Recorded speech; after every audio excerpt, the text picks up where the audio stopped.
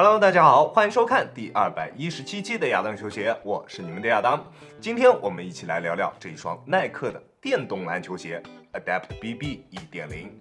本期视频由您的点赞赞助播出。首先，我们先来看一下这一双鞋的外观。在外观方面，你觉得这一双鞋可以打几分呢？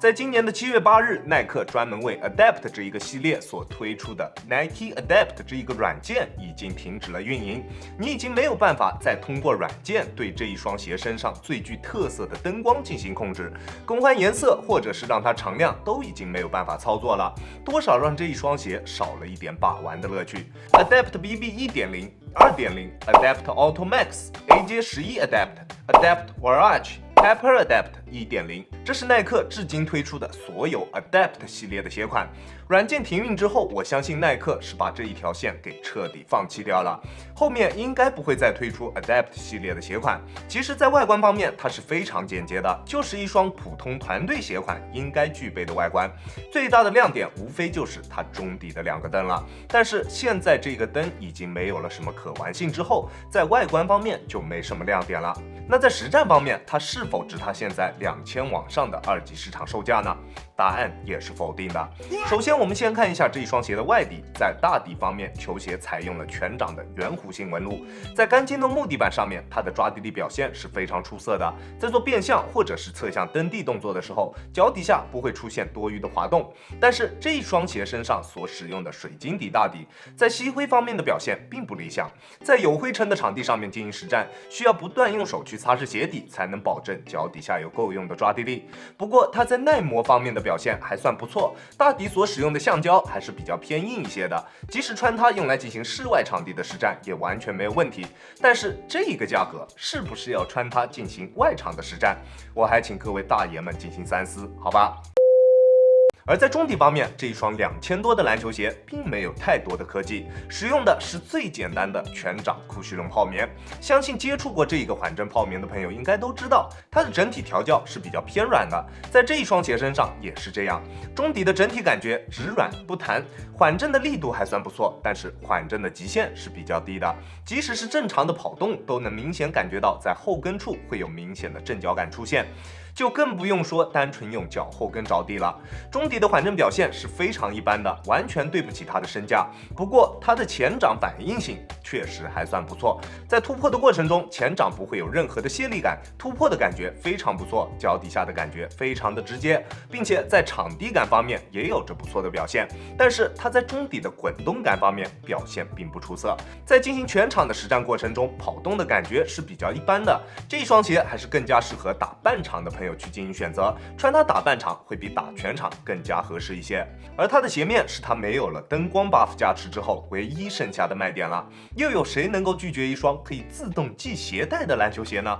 只要设定好自己想要的松紧度，在每一次穿进去之后，鞋带就会自动收缩，收缩至你之前设置好的那个松紧度，确实是非常的拉风，也非常的方便。但是它的整体包裹体验并不出色，并没有搭载类似系带系统的 AJ33 SE 优秀。系紧鞋带之后，你能明显感觉到它在中段的包裹是明显有着加强的，并且调节的范围也非常大。但是在鞋头以及脚踝处的包裹变化非常的轻微，几乎等于没有。在包裹方面会有非常明显的脱节感存在，前后段与中段的包裹差距非常大，即使把鞋带拉到非常紧，脚都已经出现那一种明显的血液不流通的感觉了，但是在前掌以及脚踝处依旧会有明显包裹不足的感觉。我的脚型是偏窄一些的脚型，在穿这一双鞋实战的时候，能明显感觉到它在前掌的包裹是有所欠缺的。球鞋的鞋楦属于正常宽度的鞋楦，更加适合正常脚型的朋友去进行选择。像我这样脚型偏窄的朋友穿这一双鞋的话，在做变向的时候，能明显感觉到双脚在鞋内的位移，在脚踝处也会有那么一点点不太跟脚的感觉。整体的包裹体验并不好，不仅包得不牢，而且包裹的感受也非常的生硬。不过球鞋在鞋面的支撑性方面确实表现得非常出色。鞋面最外层的网布虽然非常软，但是内层的鞋面强度非常高，并且它的延展性也非常低。球鞋的侧面也也有着中底橡胶的上帆，在侧向支撑方面的表现非常不错，不管做什么动作，鞋面都可以非常好的兜住你的双脚。后跟处的鞋面也做出了非常明显的加强，还有着一块硬度非常高的 TPU 进行进一步的加强，让它在脚踝处的支撑也有着非常出色的表现。拉紧鞋带之后，球鞋在足弓处的支撑也会有一个明显的加强，并且中底有着电机作为中底的抗扭件，中底的整体强度表现也同样非常出色。这一双鞋在支撑抗扭方面表现是非常拔群的，完全没有问题。在稳定性方面的表现也同样非常出色，球鞋的大底面积非常宽大，并且在前后掌都做出了非常明显的外扩，在前掌也有着比较明显的防侧翻角加持，中底的重心也控制在了一个比较合理的高度。虽然球鞋的后跟缓震材料是比较偏软的，但是也还算可以接受。这一双鞋在稳定性方面的表现还是比较不错的，穿这一双鞋实战，脚底下还是比较有信心的，这一点大家可以放心。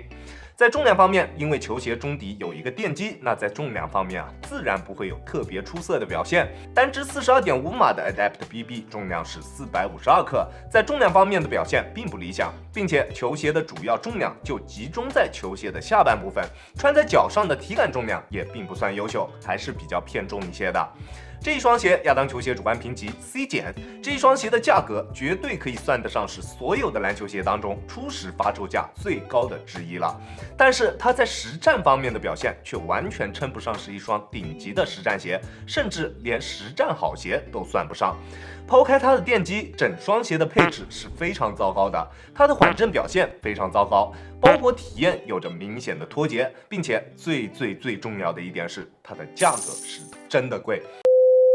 如果想要实战，它的实战表现真的并不出众。但是如果你足够有米，并且你想要脚下的篮球鞋与跟你一起打球的朋友们有着明显的区别，那这一双鞋确实也是一个不错的选择。当你穿上它，当它自动系紧鞋带，你心里那一点点小小的虚荣心被满足的时候，回头想想，是不是花这个钱买了这一双实战性能并不出色的篮球鞋，其实也还挺值的。那如果你想要购买这一双鞋的话，在尺码的选择方面，我平时耐克穿42.5，李宁穿42，这一双鞋我选择的42.5还是比较合适的，你可以适当参考一下。球鞋的鞋楦属于正常宽度的鞋楦，建议正常脚型或者是脚型略微偏窄的朋友去进行选择，宽脚的朋友还是算了。那如果你们要选择这一双鞋的话，在锁紧鞋带之后，估计还是会出现一定夹脚的情况，所以我不推荐你们购买这一个鞋款。OK， 这就是本期视频的全部内容了。再次感谢大家观看本期的亚当球鞋，亚当球鞋一切从实战出发，我是亚当。如果你觉得我的视频可以帮助到你，希望你可以关注我，并且顺手给我点一个赞，这就是对我最大的支持啦。好了，那我们下期视频再见吧，大家有空来做 ，peace。